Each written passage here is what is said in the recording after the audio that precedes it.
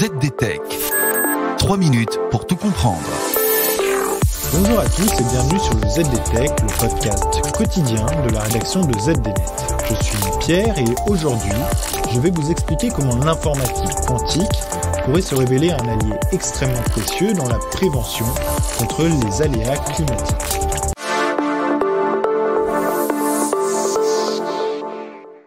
Au mois de juillet dernier, la start-up française Pascal, spécialisée dans l'informatique quantique, concluait un partenariat de grande ampleur avec BASF.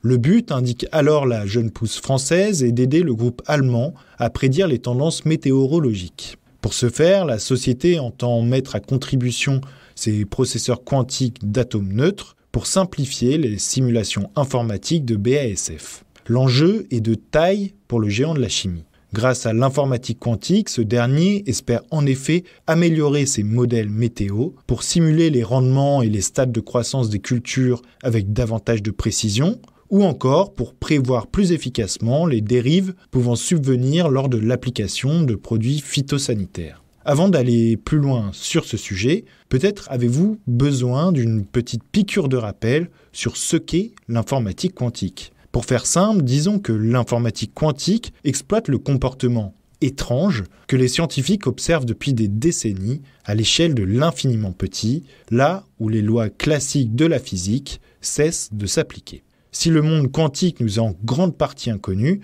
nous savons en revanche que les particules quantiques qui le peuplent ont un immense potentiel en ce qui concerne le traitement d'énormes quantités d'informations. C'est bien simple, réussir à maîtriser ces particules dans un ordinateur quantique déboucherait, selon les spécialistes du secteur, sur une explosion de la puissance de calcul, une chose, vous l'imaginez, bien utile dans de nombreux domaines nécessitant des calculs complexes. Et oui, vous me voyez venir, la modélisation du climat fait partie des applications possibles pour l'informatique quantique, au même titre que la découverte de nouveaux médicaments, l'optimisation financière ou encore la logistique. Et si le partenariat entre Pascal et BASF promet des avancées immenses dans le domaine de la science, celles-ci ne seront pas immédiates. Reste qu'il y a là un grand boulevard dans ce domaine pour les deux sociétés, puisque seuls 5% des investissements mondiaux en calcul haute performance sont aujourd'hui consacrés à la modélisation météorologique. Et voilà, normalement on a fait le tour du sujet. Pour en savoir plus, rendez-vous sur zdnet.fr et retrouvez tous les jours un nouvel épisode du ZDTech